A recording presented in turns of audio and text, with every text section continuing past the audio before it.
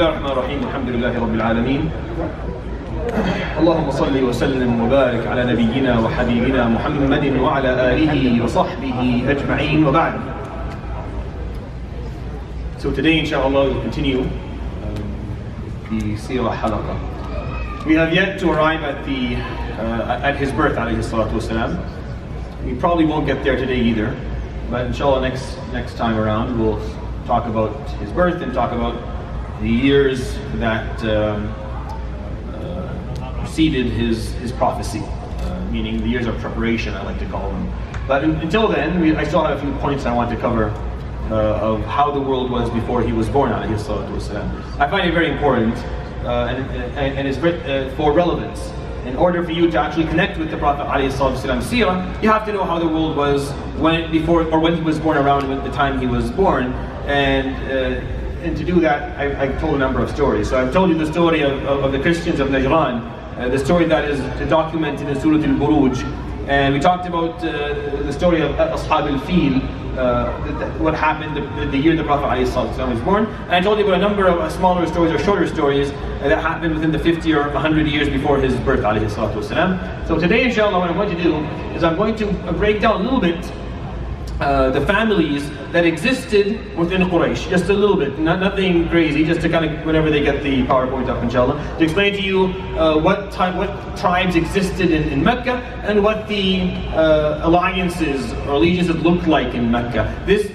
Once you understand that part of the seerah, you won't be surprised when I tell you Fulan didn't accept Islam early, or Fulan accepted Islam early. A lot of this is political. A lot of why people accepted, didn't accept, went back to the politics of the tribes within Mecca. Meaning, what that really means is that the people of Mecca, the people of Quraysh, didn't have the luxury of examining Islam through an unbiased lens. They were forced to see the Prophet ﷺ through the lens of the political norm of the time they were living in. Meaning, they had to see Muhammad ibn Abdullah, ibn Abdul Muttalib, ibn Hashim, ibn Abd Manaf. See, that's his passport, alayhi salatu wasalam. Each name means something different.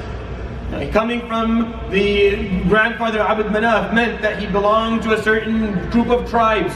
The fact that he comes from Hashim ibn Abd Manaf means he also comes from a smaller group of tribes. All these things mean certain types of alliances and animosities, covenants and wars.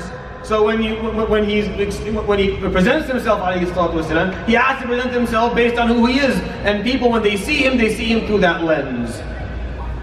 By the way, we do the same thing today. It's not that different. Things haven't changed that much. You may say, oh, what a silly way to look at a person. What a silly way to look. You guys are all relatives. Well, on the larger scale, all human beings are relative. It's just a number. I just counted 5 of his grandfathers. If I count maybe 50, we're all relatives sitting here. I'm pretty sure if you've got 50 names, we'll all be cousins. It's just a number. Right? If you think about it. And yet we see each other based on country, based on ethnicity, based on race. Where he comes from, where she comes from, what color of skin they have kind of tells you where they're coming from. And if they look a certain way, then you know they're a part of this peninsula or this country or that. And we judge each other based on that, and we either refuse or commend or accept people based on that as well. So it's not that different. And even within this Muslim Ummah, we are the speakers that we listen to, the people that we're willing to follow, the people that we're willing to stand by. A lot of it comes back to where they come from, and how is that different than the people of Quraysh accepting what the Prophet ﷺ brought based on what family he belonged to? There's really no difference. It's the same thing. It's just on a smaller scale during his life, alayhi salatu wasalam, and on a larger scale during our lives. Nothing really changed besides that. Okay, if this is going to take some time, then I'll move on to the point after that. I'll break down the families, inshallah, once they put it up. the point after that I wanted to make was I wanted to talk a little bit about a man by the name of Abdul Muttalib ibn Hashim. Now, if you remember the lineage I just recited upon you for the Prophet ﷺ, and hopefully by the end of the 4th or 5th halaqah in the future, you'll know his lineage ﷺ properly. So he's Muhammad ibn Abdullah ibn Abdul Muttalib ibn Hashim ibn Abd Manaf. So Abdul Muttalib ibn Hashim is a man that is worthy of us talking a little bit about. He's his grandfather alayhi salatu wasalam. As I enter his 6th or 7th or 8th year of life, I will talk about his relationship with him much more, because Abdul Muttalib will take care of the Prophet ﷺ directly during those years. Usually grandparents are there indirectly. They're there to spoil your kids and make your life horrible. But that's how what grandparents do, and they do it very well. They make sure that all the raising effort you put into your kids is taken away with one visit. But at the end, they're there. Indirectly, they're a part of your children's lives. And actually, they make a very positive impact on your children. You just don't know it, or you don't see it until many, many, many years later. So Abdul Muttalib had the opportunity to actually be directly involved in the Prophet ﷺ upbringing. And I'll talk about that effect, inshallah, once we arrive to his 6th or 8th, 7th or 8th year of life. But prior to that, you have to know who Abdul Muttalib was. Abdul Muttalib ibn Hashim was a man who really changed the way Arabia looked before the Prophet ﷺ came around. He made certain decisions, and he performed certain actions, and he had influence in certain fields that actually changed how things worked within the peninsula. I'll talk about a few of them. Number one, he revived Zamzam. He revived Zamzam. You say, well, what do you mean by revive? You see, Zamzam was disappeared. Maybe 100 years after Ismail alayhi salam hit the ground with his foot, and Jibreel alayhi salam helped him out, and we had Zamzam, and Hajar alayhi salam used it to live from for the rest of her life, and Ismail alayhi salam used it to hold on to Mecca during his life. 100 years later, Jurhum had a war with another tribe, and they lost. Jurhum was the tribe that ran the city, and they had to leave Mecca, and out of spite, they destroyed the well of Zamzam. They covered it up, they destroyed it. And no one could find it. For many, many, many centuries, no one knew where it was. People knew that there is a well somewhere in Mecca. Just no one knew where it was. And for many, many centuries, they couldn't find it. And Mecca struggled with water. Any city in the world, if it struggles with water, it doesn't make that much progress. If the water is the origin of life, it is the origin of the life of civilizations as well. You need water. That's why if you study history and you look at the map, all the big civilizations always develop beside a body of water of some sort. Usually it's a huge river, or besides the sea, it's always somewhere where there's a lot of water. It's known. So Mecca really didn't have water until Abdul Muttalib ibn Hashim started to think about Zamzam, because he knew from the stories his grandfather Ismail alayhi salam and Ibrahim, there was Zamzam in Mecca. The story is known, and he became obsessed with figuring out how to revive and find and get Zamzam. So he kept on thinking about it and asking people, until one day he saw a dream. And in the dream, someone came to him and told him, "Uhfur barra," and left. And he said, "Dig something called barra, something that is pious or beautiful or brings piety." So he said, "What is barra?" And the guy walks away. The next night, he comes and tells him, "Ihfir al-madmuna," dig the one that is hidden. So he says, "What are you talking about?" And the man leaves. And the next time he comes, he said, "Ihfir tayba," dig tayba, which is beautiful. And then the fourth night, the man came and he told him where to dig, and he gave him certain descriptions of what he's going to find when he goes and he digs it. عند نقرة الغراب الأعصم عند قرية النمل. It's a no, you can find the narration in the history books, it's not important. But anyways, he was given some descriptions. He went the next day and he was looking for it, and he found the description that this person told him in his dream, and he began to dig, and he began to dig, and he dug for 3 days. And finally, water came out in the midst of Mecca. If you've been to Mecca, you know how difficult what I just explained to you is. It's a very, very dry land, and it's rock. It's mountain and it's rock land. Agriculture wasn't a big thing in Mecca. In Medina, it's different. That's where they grew crops. Not in Mecca. Till this day, you don't grow things there. It's very difficult land. So he dug Zamzam, and he was able to revive Zamzam. And the Quraysh fought with him because they wanted a share of Zamzam for themselves. Now Abdul Muttalib, what he wanted to make Zamzam a sabil. He wanted to make it something open for everybody to benefit from.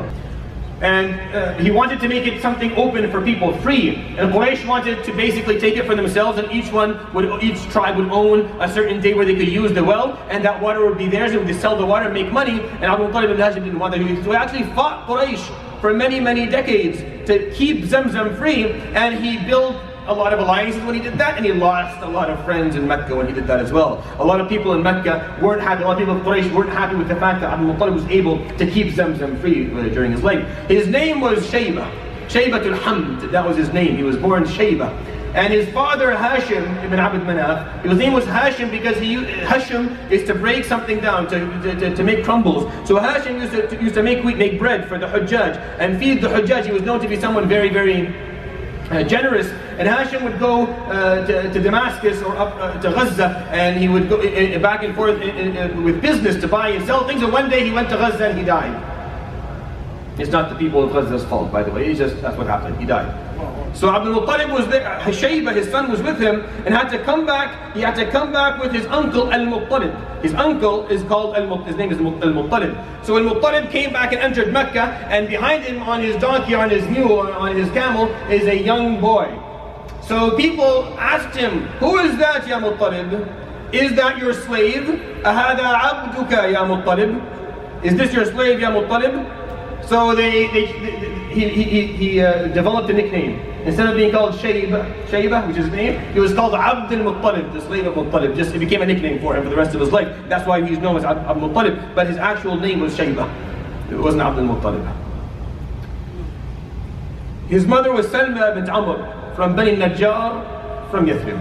Now why is that important? Keep that piece of information with you for the next couple of months. His mother, her name was Salma bint Amr. And she was from a tribe called Banu Najjar. And Banu Najjar is a small tribe within the tribe of Al-Khazraj. And Al-Khazraj, where do they live? They live in Yathrib. So Allah subhanahu wa ta'ala had pre-prepared for the Prophet sallallahu alaihi wasallam a link with Yathrib.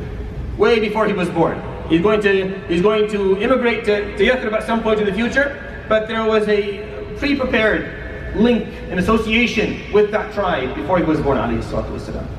Why? Because Abdul Muttalib and his wife Salma will have Abdullah, the Prophet ﷺ's father, who will later have the Prophet ﷺ. So Muhammad ibn Abdullah, ibn Abdul Muttalib, he has relatives from his father's side. So his father's uncles on his father's mother's side. Now everyone's confused, but if you have families like mine, it's a piece of cake.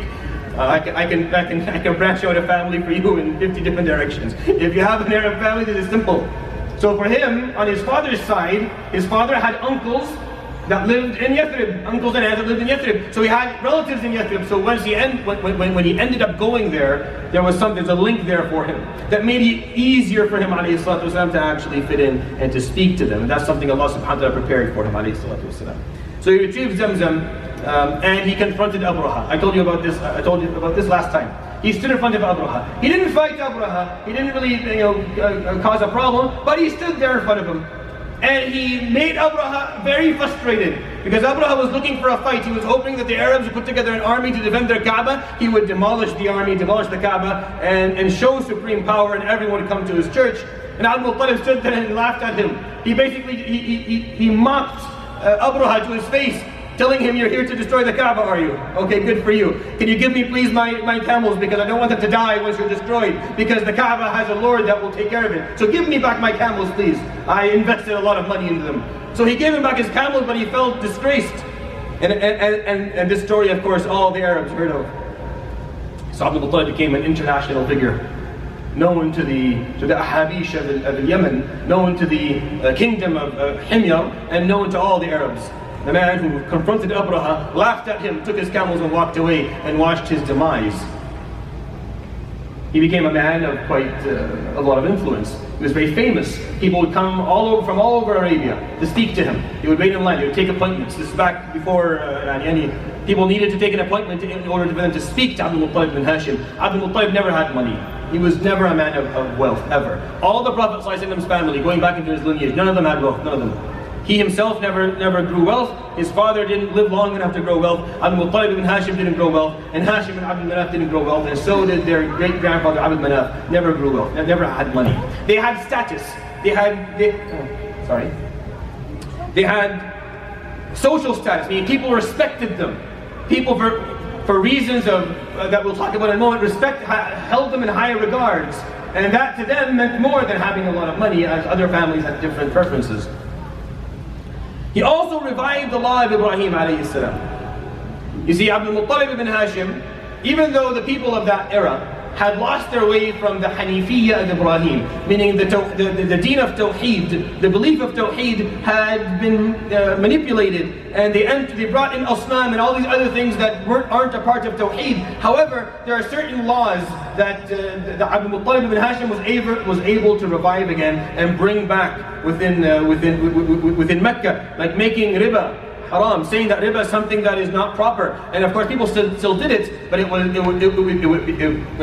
back to being a law of the land, that riba is something that is haram. And other examples that Abdul Muttalib was able to revive the law of Ibrahim alayhi salam. Again, in preparation for the Prophet sallallahu alaihi wasallam to come forward and actually revive Ibrahim alayhi salam's way of life altogether. The last point I'll make about Abdul Muttalib ibn Hashim, he made Khuza'a an ally with Quraysh. This is probably the most important thing he did. Of course, everyone's looking at me like, well, that's not important at all. We've never heard of it, and it's definitely not important. Well, Khuza'a ran Mecca. They basically were the owners of Mecca for many, many years. They were the chiefs of Mecca for centuries upon centuries, until Quraysh was able to overthrow them and then become the rulers of Mecca. So the bad blood between Khuza'a and Quraysh was heavy, was known. They hated one another. And this was causing Mecca to be weak, meaning the city of Mecca was a weak city because it had two tribes in the middle of it that had been fighting over who will rule for many, many years. Abdul Muttalib ibn Hashim was able to open the door. For and to make alliances with Khuza'a, to the point where Khuza'a stopped trying to lead Mecca. If you remember, I told you who's the first person to bring idols into Arabia? He's a man called Amr ibn Luhay. I talked about him last time. Amr ibn Luhay al-Khuza'i. He was the chief of Mecca at the time, because Khuza'a ran Mecca at the time. So Abdul Muttalib was able to make allies with Khuza'a. Again, later in the Seerah, once the Prophet ﷺ finally is able to sign Hudaybiyah, who's the first tribe to enter into his alliance? Khuza'a. The first tribe to sign with the Prophet ﷺ a treaty and to be a part of his allegiance, this is after Hudaybiyah, will be Khuza'a. So if you go back into history, you figure out a lot of these things were pre-prepared by Allah subhanahu wa ta'ala for the Prophet ﷺ. I'm going to go back to this here, and I'm going to use, I'm going to have to use the microphone to explain a few things, inshallah. Now, I'm not sure how clear this is to the ladies at the back, but this is the best I can do. So this is basically the Prophet ﷺ's lineage, and branching out from it are the different tribes, and under it are the names, or some names that are important for us to know. And you'll see how a lot of this will make sense. You can see there are there's a triangle here and there's a circle here. So the triangle is called Hilf al-Mutayyibin. There was an alliance in Mecca called Hilf al-Mutayyibin, and the Prophet ﷺ belonged to that alliance. So all the names that have beside them a triangle are a part of that alliance. Over here. And all the ones that have a circle around them are part of an alliance called Hilf al-Ahlaf. And it was an opposite or an opposing alliance that existed in Mecca. So you can look at all the circles, all these circles. So if you broke them down, you will find that Bani al-Harith, Bani Zuhra, Bani Hashim, Bani Abd Shams, Bani Asad, Bani Abd Manaf, all were a part of one alliance. And then if you look at the opposite alliance, you'll find Bani Adi, you'll find Bani Makhzoom, Bani Abd Dar, and Bani Sahm and Bani Jurah. Now, why is this important? Now, Abu Jahl, who does he belong to in terms of tribes? So right over here, you see? Makhzoom. Abu Jahl belongs to Bani Makhzoom. Khalid bin Walid to Bani Makhzoom. Hisham ibn Mughira to Bani Makhzoom. All three of them. Khalid bin Walid took him, how long did it take Khalid bin Walid to become a Muslim? 20 years. It took him 20 years to accept Islam. He was only Muslim for the last 3 years of the Prophet ﷺ's wife. Abu Jahl was known to be the worst enemy. Hisham ibn Mughira was an enemy, and his children continued to be enemies. They're a part of the wrong alliance.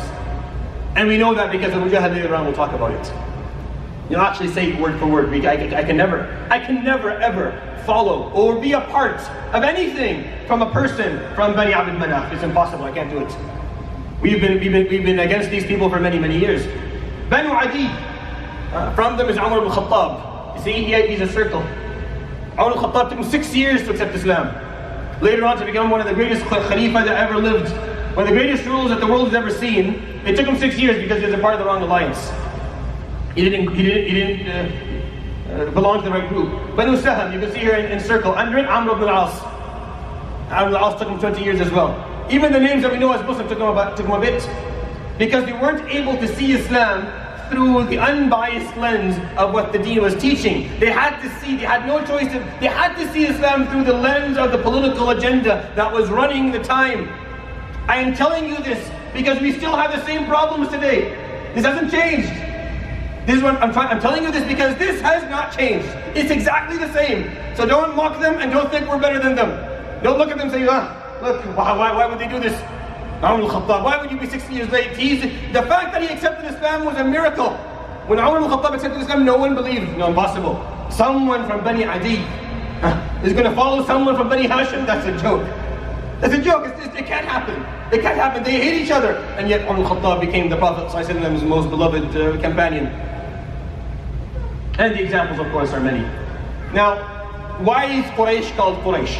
Where did Quraysh come from? So look at the Prophet's lineage. He came here, والسلام, from Hashim, Muhammad ibn Abdullah ibn Abdul Muttalib ibn Hashim. Hashim is the first person to do Rihlat al-Shita wal-Sayf. The travels back from Yemen to Damascus. He started it. Hashim. Ibn Abd Manaf, over here. Now, Ibn Qusay, this guy over here. Qusay is called Quraysh al-Asghar. His name was Quraysh al-Asghar. Qusay came to Mecca. Mecca people were fighting. Quraysh wasn't ruling. He was able to remove Khuza'ah completely, and he brought all the tribes that existed that came from Kinana and Nadr bin Kinana, and he united them, and they said qarrashahum, meaning he brought them together. He brought something that was divided, and he combined it all together. And from that moment on, the tribe was called Quraysh. From that moment forward, that was called. There's another narration that says that Quraysh is actually someone else. It's this man up here, Kinana. They said that he one day walked out of his house wearing a piece of clothing that he was holding on to like this. And when you hold on to something, combining it, they say in Arabic, taqarrasha. That's the usage of the word. And from that moment on, he was called Quraysh. I don't know. It doesn't really matter that much. What's important to know is that the tribes that lived in Mecca, besides even Khuza'ah, they all came from Kinana. They all came from this same person here. And these tribes were known to have certain ethical statuses that I'll explain in a moment. Meaning, like I told you about all the negative stuff that Arabs did back in the day. All the negative stuff, the political negatives, the social negatives, the ethical negatives. Yes, they were the norm, but certain families held on to the laws of Ibrahim alayhi salam, the ethical laws of Ibrahim alayhi salam that I'll explain in a few minutes. So Qusay ibn Kilab, Ibn Murrah, Ibn Ka'ab, Ibn Lu'ay, Ibn Ghalib, Ibn Fihr, Ibn Malik, Ibn Nadr, Ibn Kinana. And this is the Prophet ﷺ's lineage. And this was a passport for you. Knowing who you were, when you walked in the land, people knew you based on it. Where are you from? And the farther you went, the higher the grandfather that you had to talk about became. So if you went ﷺ way to the north, none of these names meant anything to people in the north. You'd have to tell them, I am from Mudar, Ibn Nizar, Ibn Ma'ad, Ibn Adnan.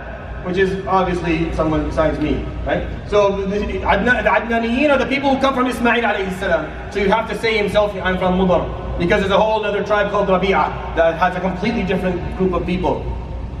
It is important because you were known based on these things back then. And none of this has really changed that much. We just use different names. You don't know Abd al-Dar and Abd al-Manaf and Abd al-Qusay and Asad and Nawfal. Don't know these names. We know countries. Countries and backgrounds. And if you came from a country, it becomes even more specific. Which city do you come from? And based on the city, we judge you. And then in the city, it's very simple. Which neighborhood do you come from? And then we know, based on the neighborhood, which school you went to.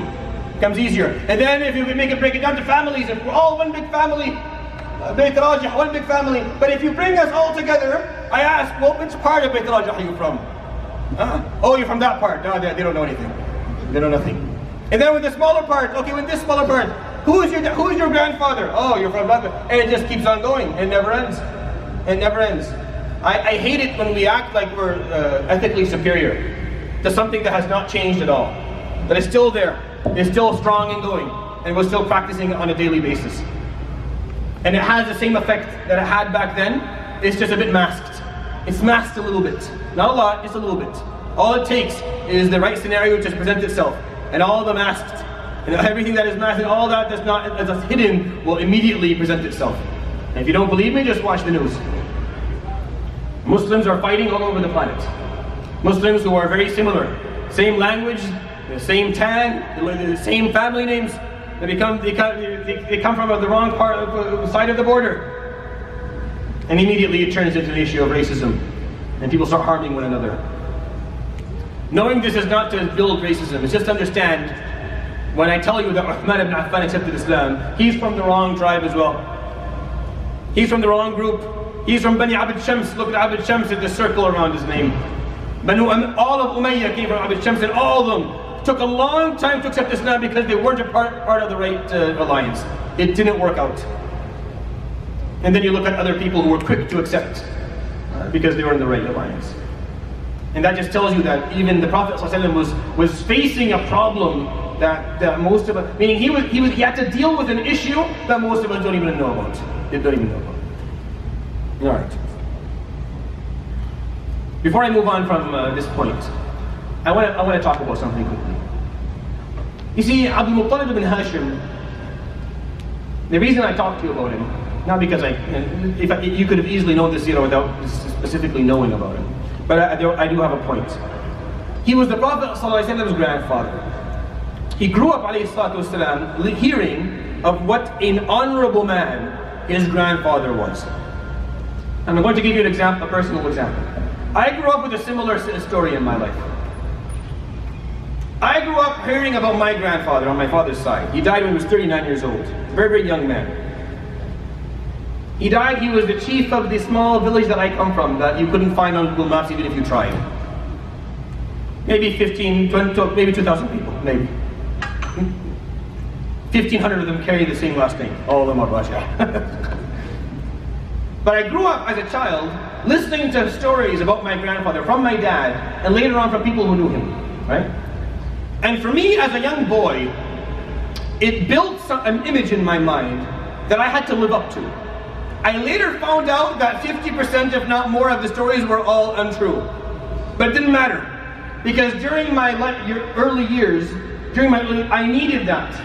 As a child, I needed to know where I came from, and who do I have to look up to, and what runs in my own blood, and what person can I associate myself with, so that I raise the bar for myself in my life just a little bit.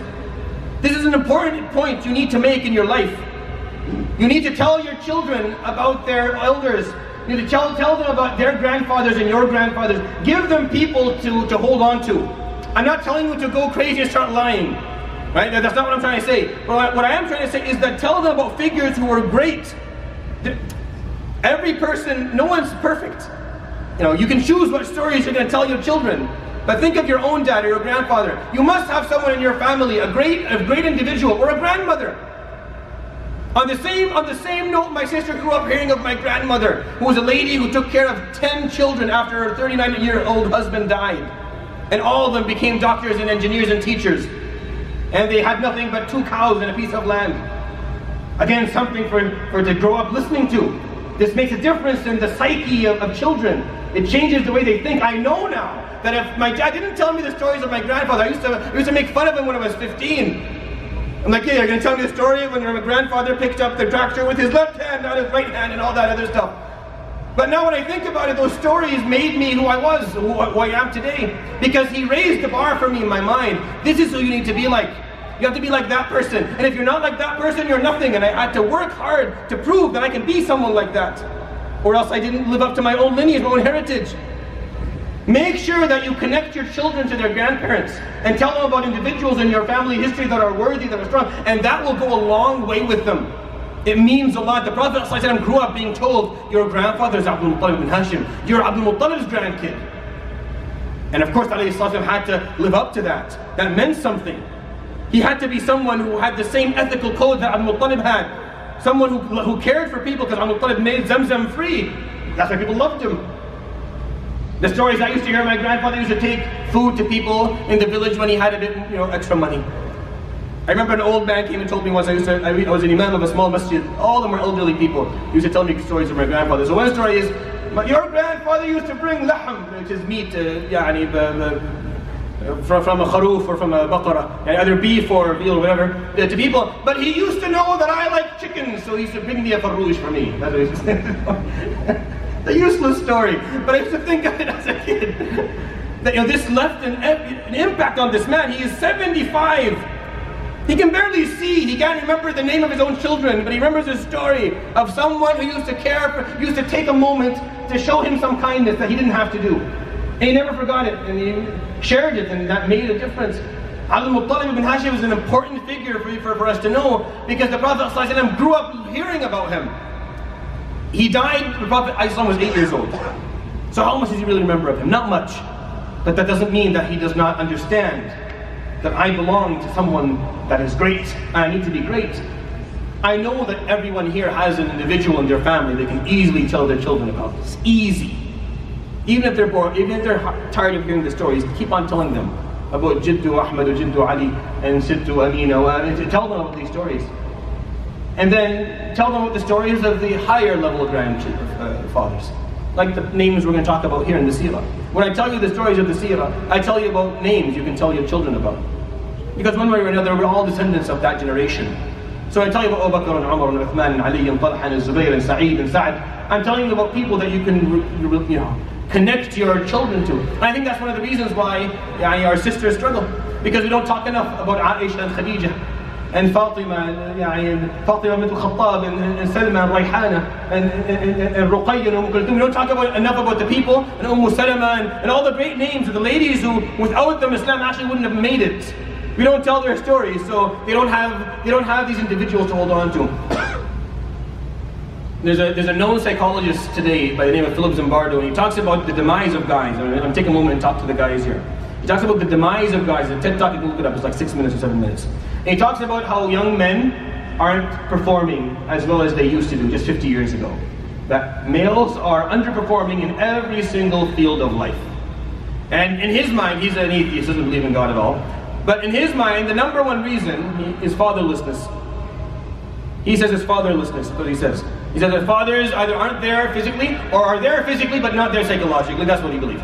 I took that same point and I made it a bit more, and I kind of expanded on it. I think it's not just fatherlessness as an individual, I think it goes a few generations up as well.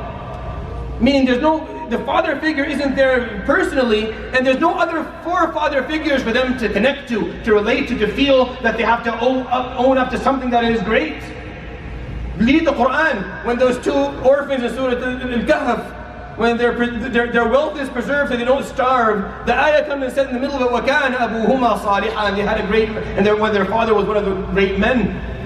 The fact that it's an important issue. It's an issue of deen. It's also an issue of heritage, of passing down the message and passing down the baton so that they continue to carry the legacy. Islam has been a deen that spreads horizontally. Obviously, you teach people in your time, but it's also a deen that spreads vertically, and it has very strong vertical spread. Spreading is very strong. It shouldn't be an issue. And it is today. I don't know why, but it is.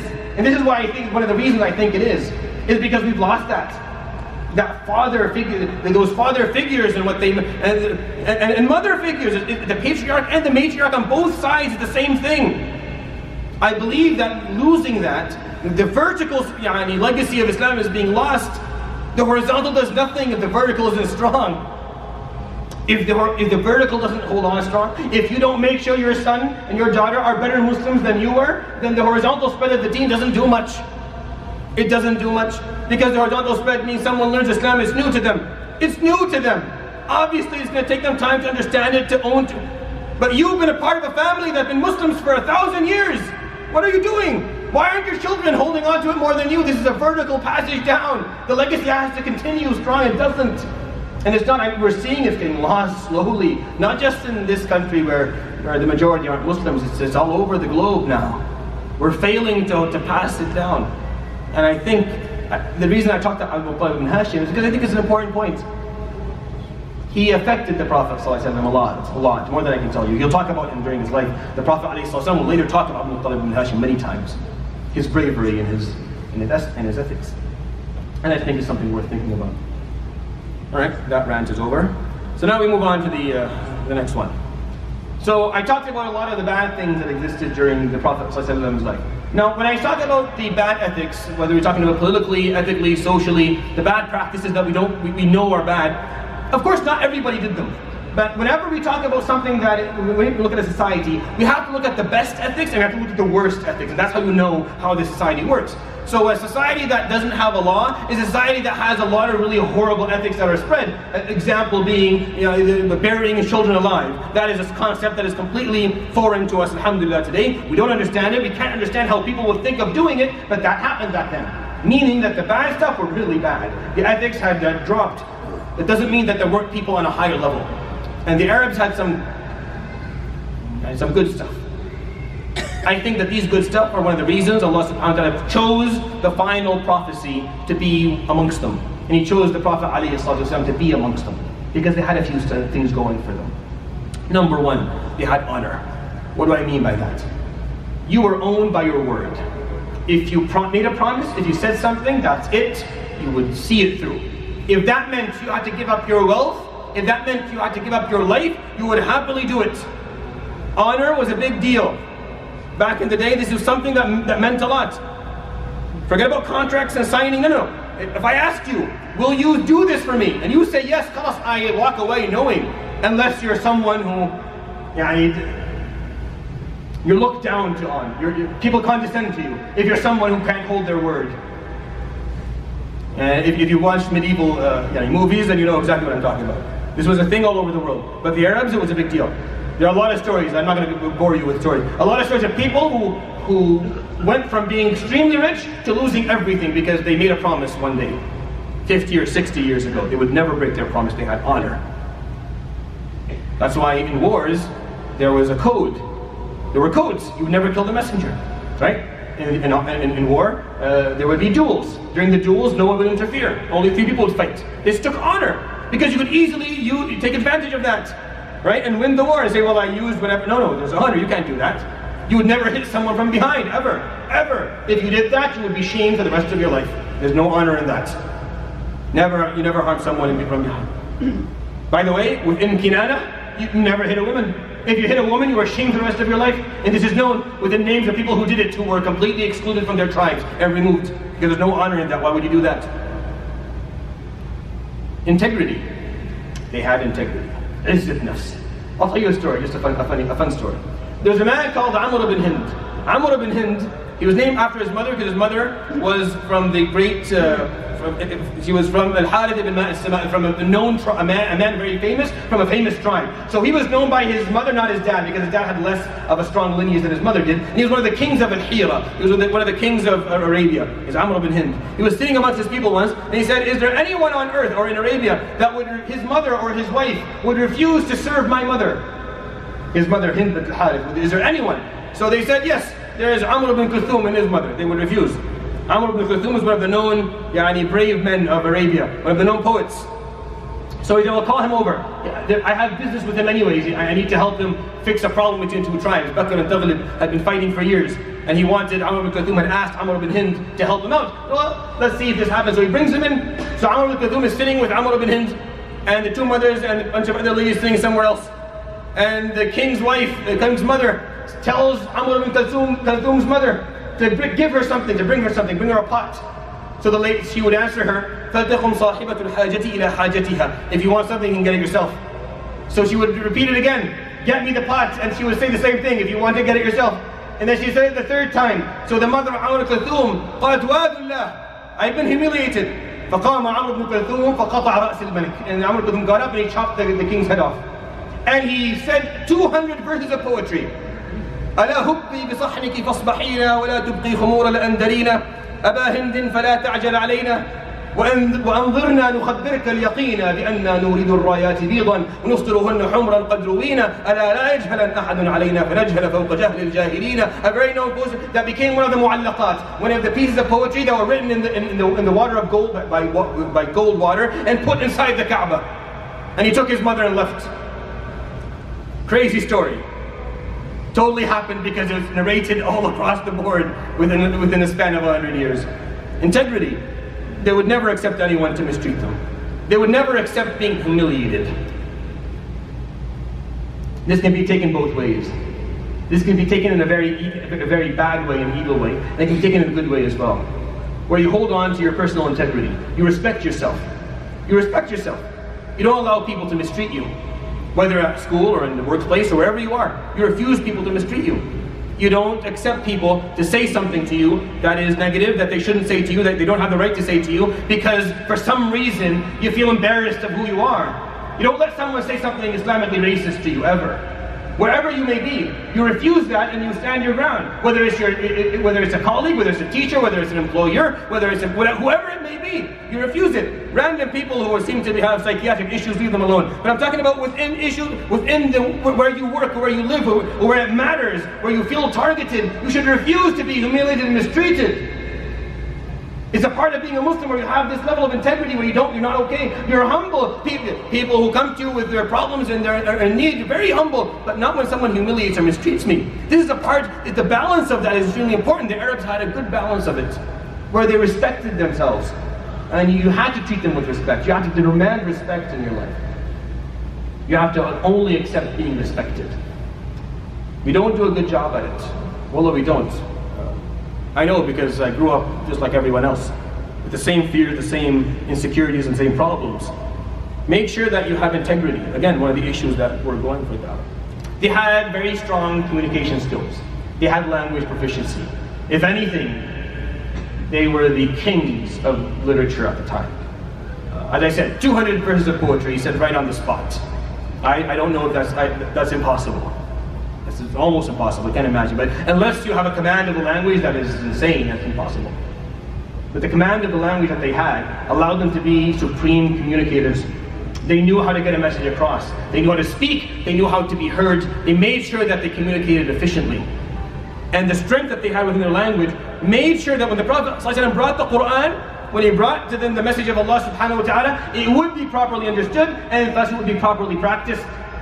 And it would be an evidence that this book is truly miraculous, because they spoke the language better than, they had command of the language that was impeccable. But the language also had a strong impact. A piece of poetry, one verse of poetry was enough to remove a tribe from a full country. One verse of poetry that didn't go the right way could ruin your life, because it became immediately, it would catch on and people would say it. I'll tell you a quick story. There was a group of people that were called, that a poet said something negative about them in poetry, and he called them Banu Anfin Naqa. He called them the sons of the nose of the camel. And they got so humiliated that they had to move from where they lived. And they went and they lived way up in the north, within Iraq today. And they stayed there for at least 2 generations, for like 100 years. Until a later on poet that came later, said another verse of poetry. هو الأنف والأذناب غيرهم من ذا يسوي بأنف الناقة الذنب. They're the nose of the camel, and other tribes are the tail of the camel. Who sees equal the nose and the tail? So they came back. They came back to the same piece of land. Tell us now, we're Banu Anf al-Naqa, we're proud of it. One piece of poetry could destroy someone's life. It was very difficult. But this, of course, meant that when the Prophet ﷺ gave his khutbahs and spoke in the language of spoke the Arabic language and brought the Quran that taught the Arabic language, if there was anything wrong in how he spoke or what the Quran said, it would become immediately clear. There would be no joking around. They knew exactly what they were doing. This is their trade. Their trade was language. The most beautiful poetry that you'll ever read is Jahili poetry. It's a poetry before his life, alayhi salatu wasalam. Of course, most people will never actually be able to read, but if you end up understanding Arabic well enough and being able to read that poetry, it's amazing. Their command of the language is amazing. I cannot explain to you how strong it was and how proficient they were. They were very generous. Who here doesn't know Hatim al-Ta'i? Maybe a few younger generations don't, but everyone else has heard of Hatim al-Ta'i. Hatim, he's from a small tribe called Tayyib. This tribe had no status at all. Zero status. They were worth nothing until a man called Hatim came along.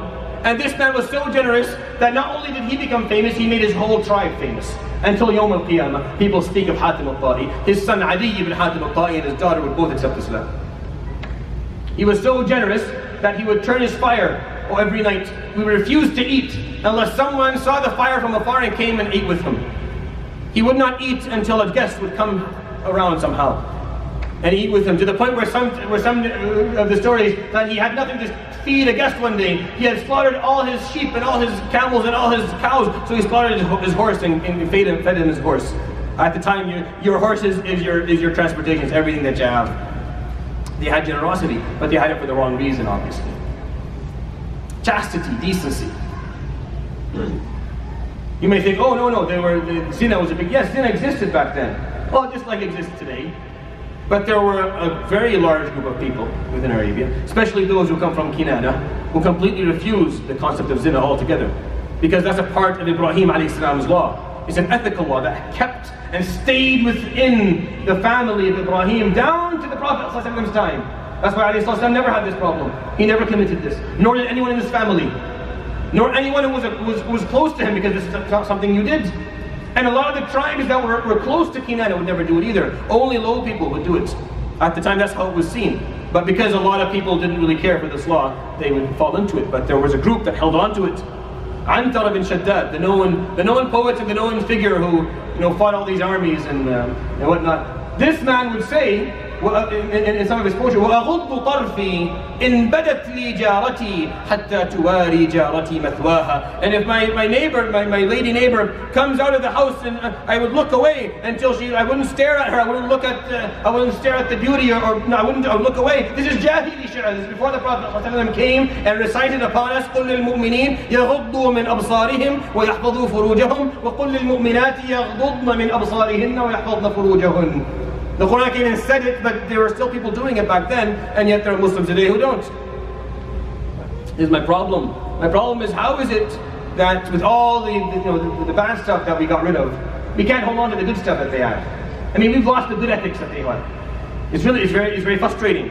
Where is integrity? Where is generosity? Where is chastity? These things meant something. Selflessness. People showed a level of selflessness. I'm going to tell you an example of what I mean.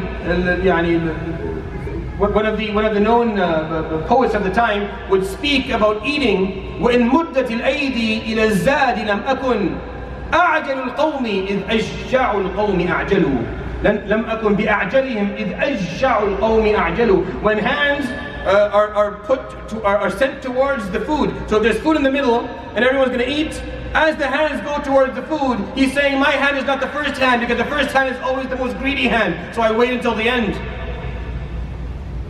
A lot of my students right now know exactly what I'm talking about, and they're laughing.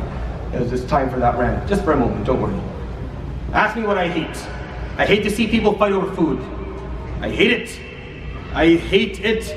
Ya Latif, I hate it so much. Especially from youth who are well fed and nourished properly by their parents.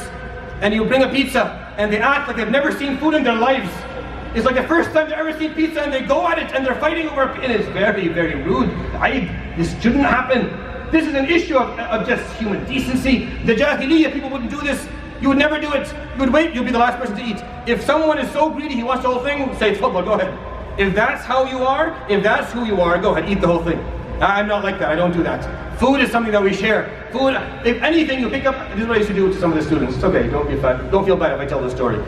So I'd bring food, have the students sit around a table, fill up a plate of food and put it in the middle. And wait, the first person to pull it towards himself, he was the last person to eat. Okay, you're last, and then put it back in the middle. And then the second person would pull it close to himself. Okay, you're the second last person to eat, and leave it there. And it took maybe 3 or 4 people until they understood. And then one person would push the piece of food, the plate to someone else. Tamam. And then I put the food in the middle. Yeah, what are we going to do? And I wait there and I stand. And it would take them like at least 3 or 4 tries. And these are good young men. They're good boys. Yeah, they're men now. But it's the mentality that we're grown up, we're raised with. This is a Jahili issue. Before Islam, he's saying, when hands go towards food, I'm the last person. Because the most greedy person will put his hand first. I'm not greedy. I'm not hungry. Alhamdulillah, my parents have fed me well. Amongst people in their 30s, tell doctors in the hospital that there's free food. Where is some of the doctors here? And see what happens. People in their 40s are running towards food. And I don't understand it. It doesn't make any sense to me.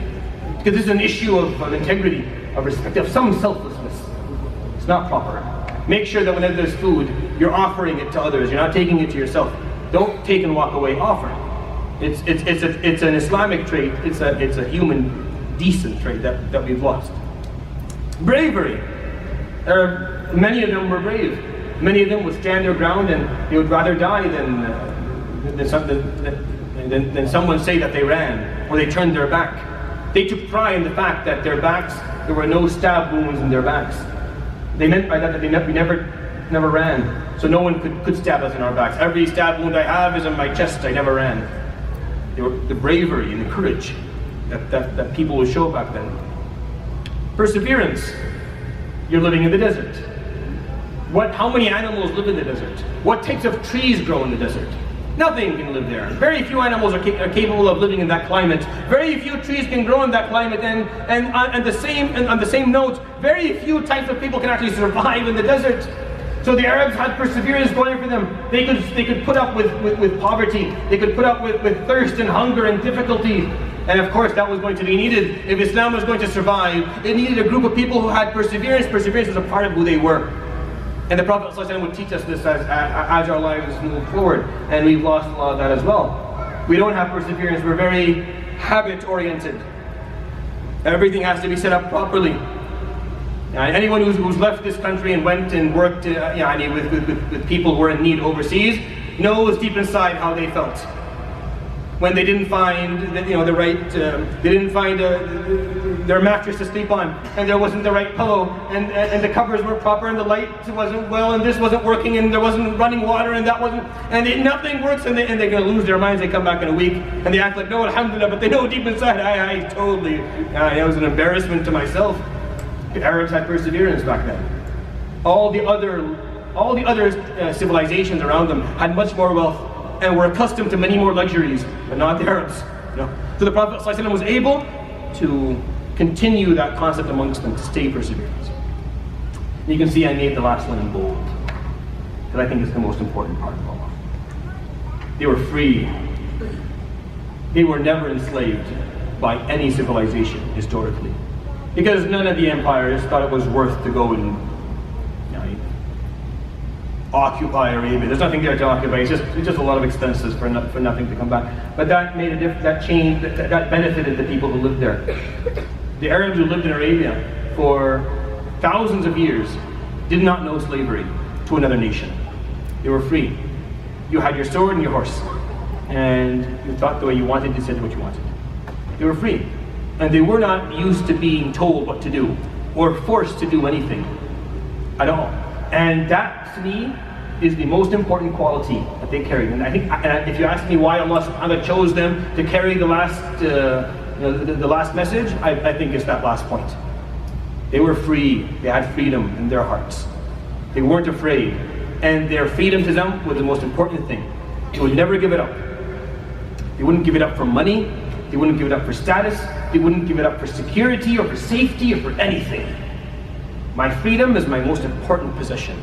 My freedom meaning that I can be who I want to be, I can speak and say what I want to say, and believe however I want to believe. That's why once the Muslims stood by the Prophet ﷺ and he told them that we're not being given the freedom to believe in something or to have freedom of religion, they stood by him. Like, no, that's not proper. We're not used to being told what we can or cannot believe or what we can or cannot do. I think freedom is something that we lack. And I think we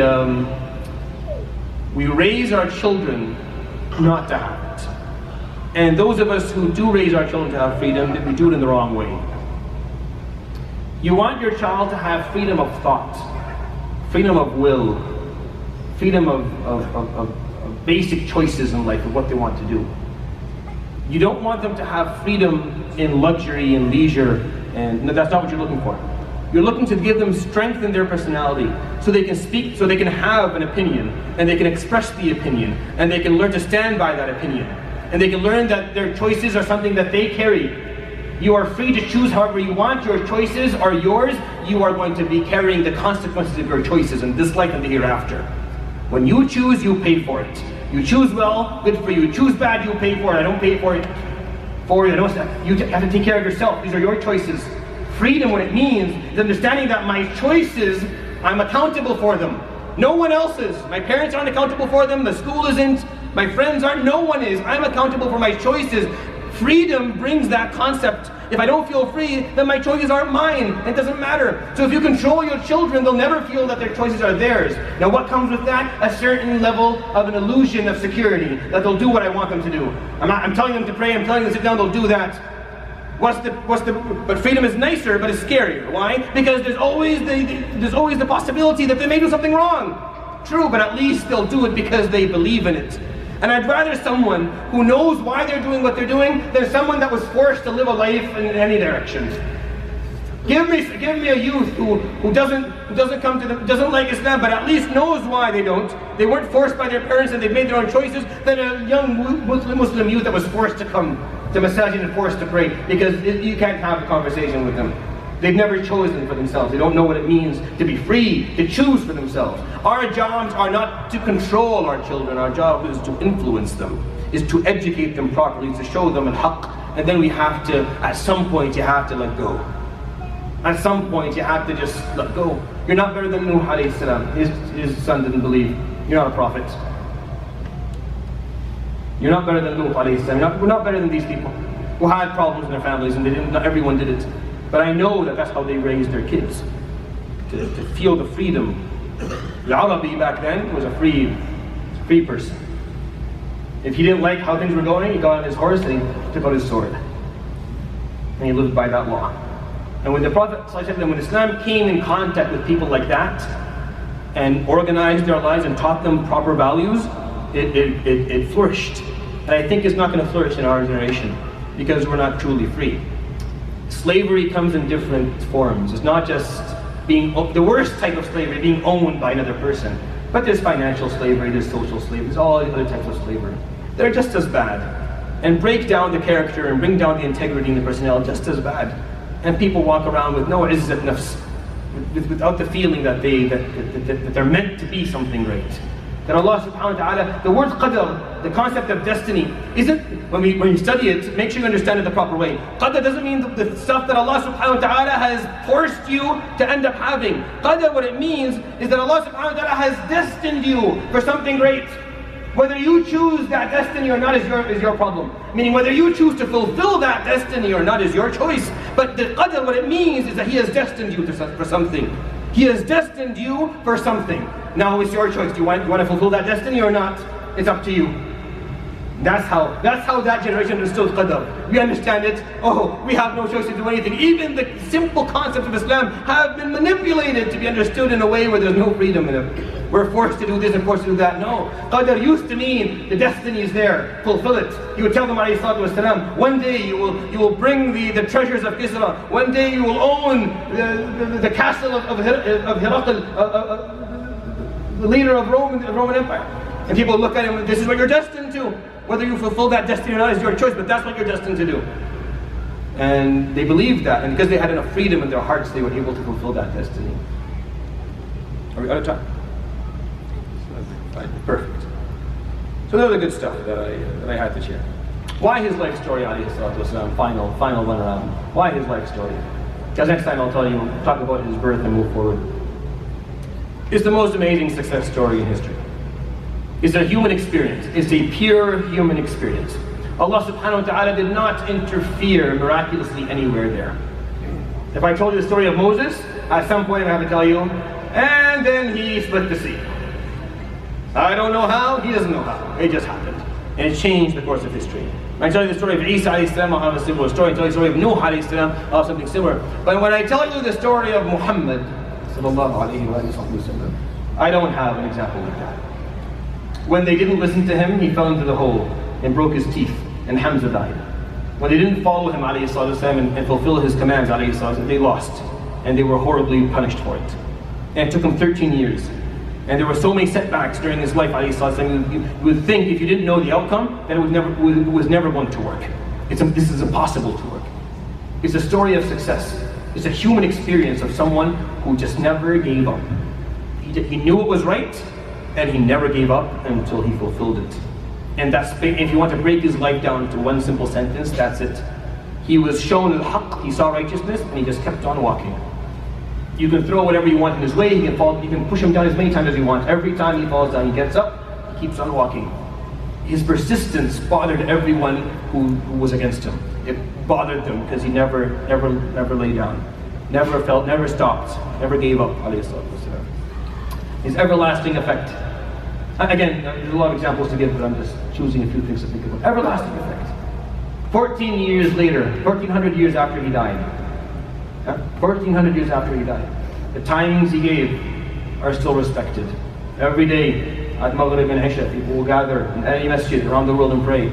Every year, there'll come a night where everyone knows, and they'll make suhoor, and then they'll fast for a full 30 days in a row. 1400 years after he died, alayhi salatu wasalam. That is an effect that I don't know anything that can parallel it in any way. It's unparalleled, his effect, alayhi salatu wasalam. Living on, his legacy lives on, his story lives on, the example that he gave and the change that he made, alayhi salatu wasalam. The world before Muhammad is not like the world after Muhammad, alayhi salatu wasalam. Again, we're not told history. We're told history from, history is a biased science by nature, right? It's based on what we're telling it. The history you've been told is not the actual history. There's way more to it. Alayhi salatu wasalam, the effect Islam had on the globe is something that's underestimated horribly. He is our idol, alayhi salatu wasalam. Not in the form of something that we worship. He's an example for us. Who else are you going to learn from? If I told you the story of Musa alayhi salam, or Isa, or Sulaiman, or Yusuf, there's always going to be an aspect of who they were that you cannot relate to. Or something that they didn't do. Isa alayhi salam never got married. Right? Sulaiman alayhi salam was a king all his life.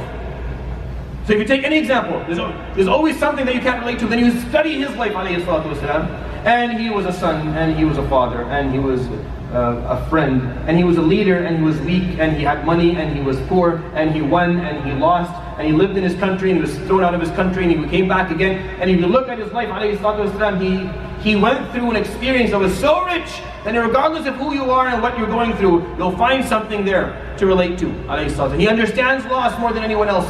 If you're someone who suffers with loss, if you suffer with disease, if you're poor, whatever it is you're going through, alayhi salatu wasalam saw it all, was a part of it.